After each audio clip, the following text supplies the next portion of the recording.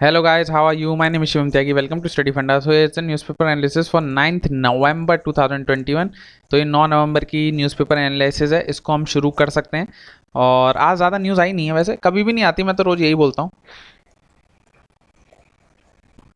तो आज की न्यूज़ जो है अपनी पहली न्यूज़, उसकी तरफ हम बढ़ते हुए चलिए। एक सेकेंड, ये देखिए, कल मैं आपको यूनेस्को के बारे में पढ़ा रहा था।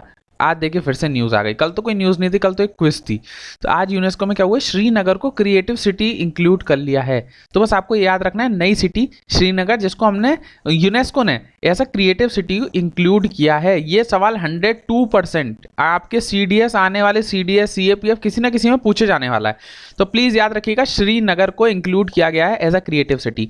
एक सवाल ये हो सकता है, केवल ये पहली सिटी है जिसको इंक्लूड किया गया है? तो नहीं, इससे पहले जयपुर को क्राफ्ट के लिए 2015 में बनारसी, या जिसको आज बनारस बोलते हैं हम, और चेन्नई, इनको म्यूजिक के लिए ऑलरेडी ऐड कर चुके हैं। तो ये चौथी सिटी बनेगी अगर देखा जाए तो। एक जयपुर भी हो चुकी है, एक वाराणसी जहां से मोदी जी MP हैं, एक चेन्नई, और अब ये हो गई चौथी श्रीनगर। तो 4 सिटी हो जाएंगी जो अब यूनेस्को में इंक्लूड की जाएंगी। तो ये वेरी वेरी वेरी इंपॉर्टेंट, आज की अगर कोई इंपॉर्टेंट न्यूज़ है तो यही है। Process of not to cut tree was already on. ये मैं आपको कई बार बता चुका हूँ। मुल्लापेरियार डैम, ये किस किस के बीच की लड़ाई है? तमिलनाडु और केरल के बीच की लड़ाई है। तो आज बस आपको ये बताना है कि ये किस रिवर के ऊपर। वैसे तो आपको ये, अगर आपने ये आर्टिकल पढ़ लिया है तो आपको दिख ही जाएगा इसी पे ही। आज आपका क्वेश्चन है किस रिवर के ऊपर है। कल मैंने आपसे पूछा था कि सरदार टाइटल, जो सरदार वल्लभ भाई पटेल को जो सरदार का टाइटल था, वो किसने दिया था? वो वुमेन्स ने दिया था। पहली चीज तो ये औरतों ने दिया था। क्यों दिया था? ड्यूरिंग बरदौली सत्याग्रह। बस आपको ये चीज याद रखनी है, इनको बरदौली सत्याग्रह के टाइम पे मिला है। ठीक है, ये कल के आंसर हो गया। और आज का क्वेश्चन ये है कि जो मुल्लापेरियार डैम है, मैं ऑलरेडी आपको समझा चुका हूं, किस रिवर पे, किस रिवर पे। No quota without quantifiable data. Same news अगर आप मेरे को सेम अगर आप पढ़ते हैं तो सेम न्यूज रिपीट होंगी। ये मैंने कल आपको समझाया था, वही है भाई। अगर मैं आपको करंट पढ़ा रहा हूं, अगर आप इसको अपने स्टैटिक से लिंक नहीं करेंगे तो मेरा पढ़ाना बेकार है। जैसे मैंने कल आपको पढ़ाया था, तो आपको जाके अपनी लक्ष्मीकांत पढ़नी चाहिए थी। लक्ष्मीकांत में आपको क्या, फंडामेंटल राइट वाला चैप्टर पढ़ना था। फंडामेंटल राइट में कौन सा? फंडामेंटल राइट 16, आर्टिकल 16 पढ़ना था। इसमें क्या बोला गया है, अगर कोई स्टेट चाहे तो वो एजुकेशन में या जॉब में किसी पर्टिकुलर कास्ट को रिजर्वेशन दे सकती है, लेकिन उसके लिए 2 कंडीशन वहां पे लिखी हैं। पहली कंडीशन तो ये कि वो जो भी क्लास है वो वीक होनी चाहिए, मतलब बैकवर्ड क्लास होनी चाहिए। पहला कंडीशन तो ये कि पहली जो है कि वो बैकवर्ड क्लास होनी चाहिए। दूसरा, उस क्लास में वो क्लास जो है उसके लिए क्वांटिफिएबल डाटा शो होना चाहिए कि वो क्लास सच में बैकवर्ड है। ये 2 कंडीशन है, आप तभी उस किसी पर्टिकुलर कास्ट को हम रिजर्वेशन दे सकते हैं उस पर्टिकुलर स्टेट में। तो अभी तमिलनाडु गवर्नमेंट ने क्या करा कि एक पर्टिकुलर कम्युनिटी है, इसका नाम याद रखिएगा, वनियार कम्युनिटी जिसे हम बोलते हैं। तो इन लोगों को 10% रिजर्वेशन दे दिया था इन तमिलनाडु। तो सुप्रीम कोर्ट ने इसको अनकॉन्स्टिट्यूशनल डिसाइड कर दिया। क्यों? क्योंकि उन्होंने क्वांटिफिएबल डेटा को नहीं दिया था। तो वहां पे अब इसका आंदोलन चल रहा है, जो है देखा जाएगा। हर स्टेट में कुछ ना कुछ रिजर्वेशन की हमेशा से लड़ाई है, यहाँ पे भी है। तो रिजर्वेशन कोई गलत चीज नहीं है, लेकिन प्रॉब्लम कहां आती है रिजर्वेशन में, क्या है कि जिसको मिलना चाहिए, जो नॉर्मल, जो एकदम नीचे तबके का लोग है, जैसे मान के चलिए ये बाउंड्री लाइन है रिजर्वेशन की, तो रिजर्वेशन केवल ऊपर, जो ऊपर है उन्हीं को मिलता जा रहा है। जिनको सच में मिलना चाहिए, जो कम्युनिटी है जो इस लाइन के नीचे है, उनको कभी मिल ही नहीं पाता। अब मैं IAS हूँ, मेरा बेटा है, उसको भी कम, मतलब अगर मैं रिजर्वेशन आता हूँ तो उसको मिलेगा, या मेरी एक अच्छी जॉब है भली प्राइवेट सरकारी, फिर मेरे बच्चों को ही मिलता रहेगा। तो ये चीज नहीं होनी चाहिए। बस हमें इसको खत्म करना है, रिजर्वेशन नहीं खत्म करना है। एक तो लोग बोलते हैं कि हम रिजर्वेशन खत्म कर देंगे, देश में अच्छा ही हो जाएगी, ये हो जाएगा ना। रिजर्वेशन खत्म करने से कुछ फायदा नहीं होगा। केवल हमें उन लोगों को चूज करना है, केवल हमें चूज करना है कि जो हमारा, इसके लिए आप लिख सकते हैं कि हमारा राइट टारगेट होना चाहिए, राइट टारगेट जिसको जाना चाहिए। जैसे अभी पैसे के लिए हमने क्या करा है, DBT लाए, डायरेक्ट बेनिफिट ट्रांसफर। अब सीधे अकाउंट्स में जाता है पैसा लोगों के, जो भी जिसका जितना भी पैसा होता है, उसी ऐसा ही हमें कुछ इसमें करना चाहिए, तभी कुछ हो सकता है। रिजर्वेशन खत्म करना मुद्दा नहीं है। आगे चलते हैं।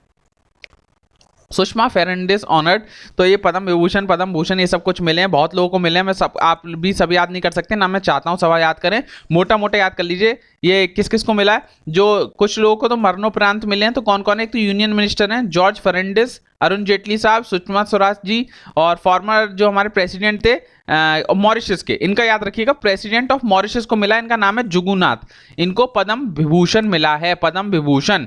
याद रखेंगे कि ये पद्म विभूषण वाले 7 लोगों को जरूर याद रखिएगा, ये वेरी इंपॉर्टेंट है।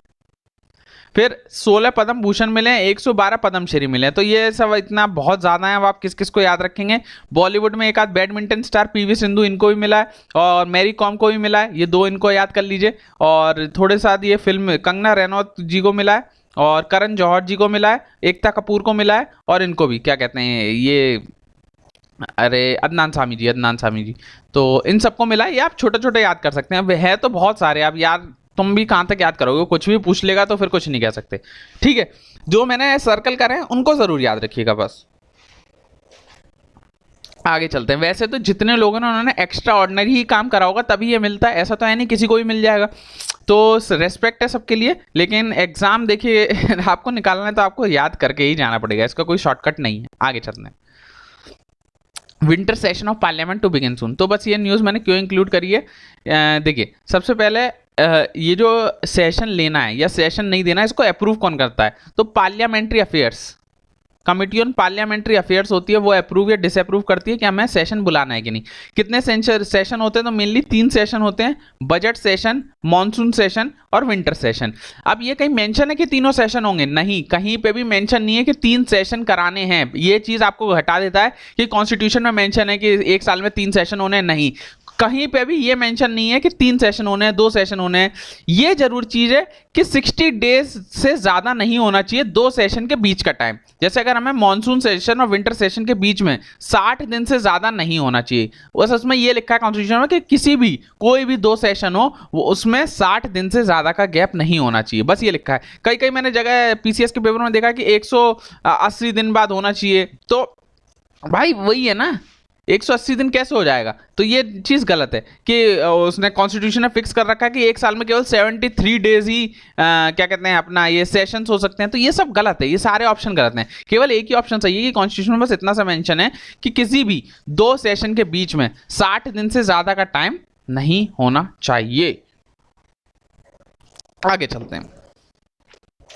India now ahead of China in financial inclusion matrix. ये फाइनेंशियल इंक्लूजन क्या होता है? बहुत इंपॉर्टेंट टर्म है, ये आप अपने मेंस बोलता हूँ मैं, मतलब आपके लिए पेपर 2 है, तो आप उसमें यूज़ भरपूर कर सकते हैं। फाइनेंशियल इंक्लूजन क्या है? ये जो आप देखते हैं फोन पे, पेटीएम, इसका मतलब क्या है? अगर किसी के पास फोन पे, अब जैसे मैं सब्जी लेने जाता हूँ तो जो सब्जी वाले हैं उन सबके पास भी फोन पे है। फोन पे का मतलब क्या है कि जो मैं पैसा यूपीआई के थ्रू उनके अकाउंट में डाल रहा हूँ वो सीधा उनके अकाउंट में जा रहा है, पहले क्या था कि पहले अकाउंट्स तो किसी के थे ही नहीं, मतलब गांव में जितने लोग रहते हैं, जो छोटे लोग थे, जो रेडी वाले थे, इनके कभी अकाउंट नहीं खुले थे। लेकिन अब क्या हुआ, फाइनेंशियल इंक्लूजन में जो अकाउंट में जो हमारा जो पैसा जो अकाउंट में जाता है, अकाउंट से जो पैसा ट्रांसफर होता है दूसरे अकाउंट में, उसको बोलते हैं फाइनेंशियल इंक्लूजन। तो अब इसमें हम चाइना से भी आगे निकल गए हैं, बस आपको इतना याद रखना है। आप इसका डायरेक्ट यूज कर सकते हैं, फाइनेंशियल इंक्लूजन में इंडिया ने चाइना को भी सुपरसीड कर दिया है।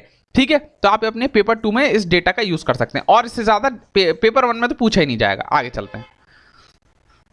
चलिए, तो आज की न्यूज इतनी थी। I hope you like my lecture. ये मेरी इंस्टाग्राम आईडी है, तो आप मेरे को फॉलो कर सकते हैं। आज का क्वेश्चन है मुल्लापरिया डैम जो है वो किस रिवर पे है, तो आपको ये बताना है। कल का मैंने बता दिया, उनको बरदौली सत्याग्रह में मिला था सरदार वल्लभ भाई पटेल को टाइटल।